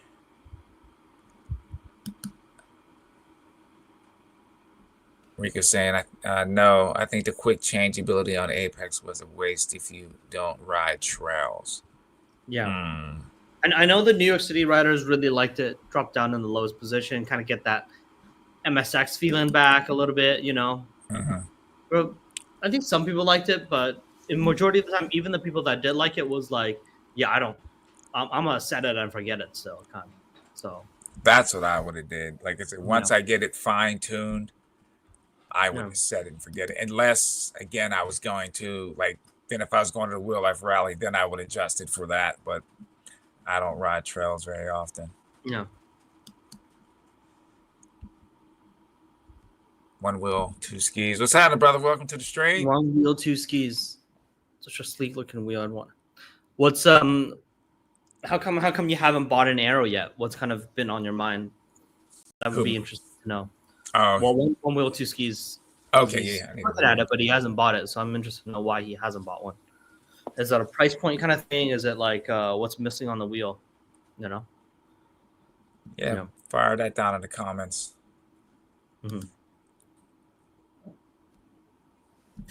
Yeah. Yeah. I mean, I can't say much about the next wheels, but I can say that there are some hints in the comments of this live stream that have kind of pointed it towards the right direction. So, all right, so we got a puzzle. We got you got to put the puzzle together. Yeah. Rico's saying, "Albert stalking you, Jack." Yeah, we're almost through here. Yeah. I'm just trying to. Yeah, we already answered this. Yeah, but it is in the works. It is in the works. But the reason why I was able to go through was because there was a bug, basically. Gotcha. Yeah. Annika saying battery delete is great feature to look at with at least 16-inch wheels. I think bigger have an wheels. Question for you guys: do you guys think we're going back to a slim wheel like the S18, like slim tire, like the 2.125, the 2.5 tires? Do you think those are a good idea? Do you think there's a need for that in the market? I will say for me, I think 2.5 would be the lowest for me. I would rather have a 3-inch. Yeah. Because I started out on learned on an M10 I went to a Tesla V2, and I love that Tesla, man. I put a lot of miles on it. But when I switched it to the 2.5, it just changed the whole aspect of how that wheel handled, man. It handled like a little MSX or something. But for me, I think the 3-inch is good. Yeah, but then the range, right? You would get more range with a skinnier wheel. You do. You do. I noticed that too. When I had the skinnier tire on the Tesla, I got more range. I lost, I want to say, maybe about 8 miles of range. I'm thinking when I went from the 2, I think it's about 8 miles. Don't quote me on that, but I did see a drop in range. Yeah. Did. That's a good point. Yep, I did see the drop in range when I went to the wider tire. Yeah. It's just when you're riding on that little skinny tire, though, man, you got to be on top of your game, boy, because it gets squirrely, man. Well, you've been in it for a while, so. Yeah. Wilson, thanks for joining us. No Nick, no. Oh, no Nick knows in here. Senior moment. What's happening, James? Let me see. No Nick, no.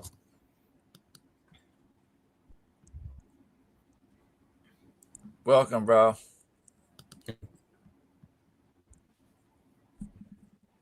Yeah.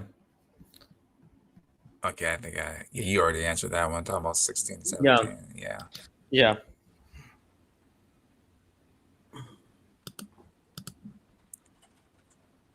V6 does look cute. Yeah, it does look good in all black. That black look does.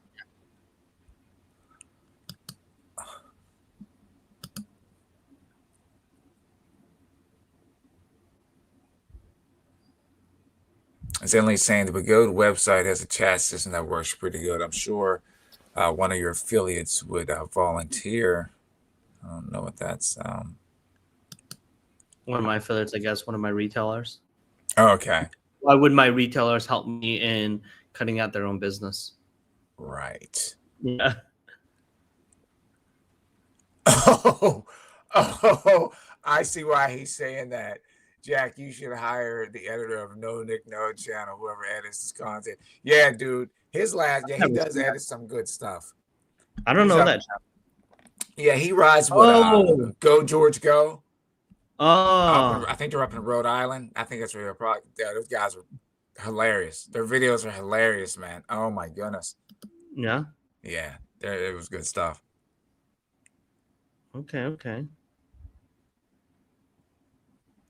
We're say okay. With that in mind, I'm guessing the next NOSFET will be a 16 inch. What happened to Go George Go? So it's now No Nick No? No. No Nick No has his own channel, and George still has his, but they kind of mix and match. You know what I mean? They show up on each other's channel. Yeah. Yeah. I'll have to watch their videos this afternoon. Yeah. Watch Nick's last video, dude. You're gonna laugh all the way through. I like George's channel. I thought it was funny. I thought he's got like a. I met the dude at Amp. I thought he was like wild New York dude. I was like, okay. Dude, yeah, man. Those are like guys that just be cool to hang around. We have some good characters. I like the UC community. We really have some like unique facts. characters, you know. Everyone's all different. So yeah. Yeah, we have a wide range, man. Yeah. Gooch is saying, I think the wider the tire is, the better will be. People like the fat wheels. Mm-hmm. But dude, I still love that. Dude, I love that Tesla, man. I did. That was still one of my favorite wheels. Every time I think about the Tesla, I think about that old video where that guy like crashed it and you remember that? He cut that. That's all I remember. I mean, I had two Teslas, but every time someone says Tesla, I think about that. Yeah. Like, wow. You hear him beep. I just slide across the ground and smack that car. Yep. Yeah. And he did an aftermath video too. I don't know if you ever saw that. He was like, he showed what happened and everything. Yeah. Yeah.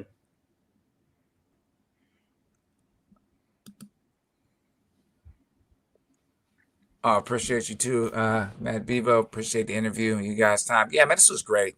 Jack, I hope you had a great time. I did. Yeah. And then we had talked about this before, and I know our schedules were all over the place. And appreciate you coming on. Hey, I thank everybody for coming on, Jack. We're going to start bringing it down. If there's anything else you want to say before we roll out, appreciate you being here and all you guys joining us. Because you could be somewhere else, but you're here with us, and we highly appreciate that. Yeah. Well, thanks for your invite, for inviting me onto this live stream, but also for all the riders in the community for supporting NOSFET, especially during this Aero launch. So yeah, hopefully we'll have something new for you guys soon. So stay tuned on NOSFET socials, and if you have ideas, always message them to me. And I'll try to see them. There's a lot of messages, though. Yeah.